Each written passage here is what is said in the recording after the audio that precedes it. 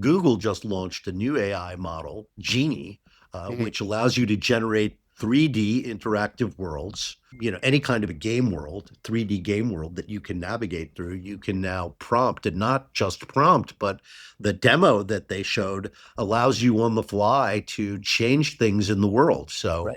Right. make my character a dog or make it an alien, and just boom, it's like magic.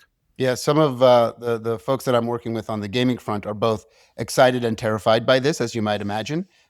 They've seen the startup version of this across a number of companies that have been attempting to do this with small resources and seeing some degree of success.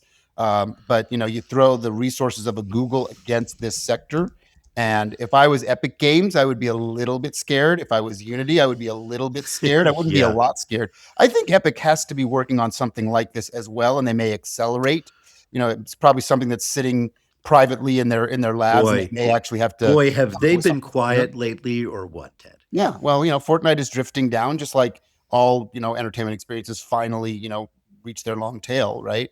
But I don't know. I mean, what like some of my guys that are super gaming creation experts are like, this is the real deal. Like Google is going to make an impact with this. It is going to be sort of like the YouTube of games, right? Where we lower the barrier of entry of creationism to a point where one or two kids in their basement can have a very high fidelity hit game, not just play in the Roblox world, right? So the value of Roblox is people can do it easily, but you're restricted by the style of visual experience. And a lot of gamers don't care. Kids don't care. They love the game. It doesn't matter that it's sort of low poly. But now you're going to get, potentially at least double A and maybe some triple A stuff out of that same philosophy of do it with us, and you can publish and build a game for next to nothing, put it out on these platforms. I wouldn't be surprised if Google does another attempt at, remember what they did Stadia years ago, which didn't Yeah, work? yeah. With this as their engine, kind of like Roblox has an engine, they may do whatever they call it. They may do another version of Stadia to start to go against Roblox. That's kind of the plan.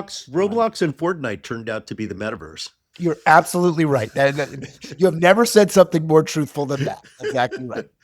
So, one last piece before we move on to Ed. Darren Aronofsky's studio just launched an AI series on YouTube called On This Day.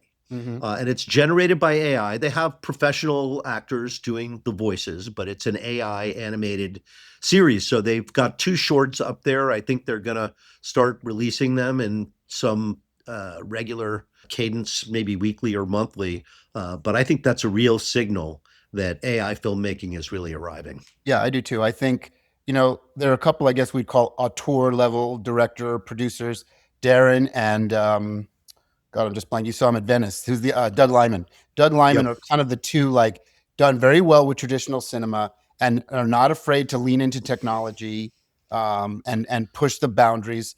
Aronofsky also did something for the Sphere, if you remember, right? Yes. And he So also did, speaking of spheres, that outer space experience called Spheres yes, that Eliza McNitt directed. correct. So So they're not he's afraid. been, yeah, he's been They're leaning into into it and they interactive. want to push boundaries, which is good.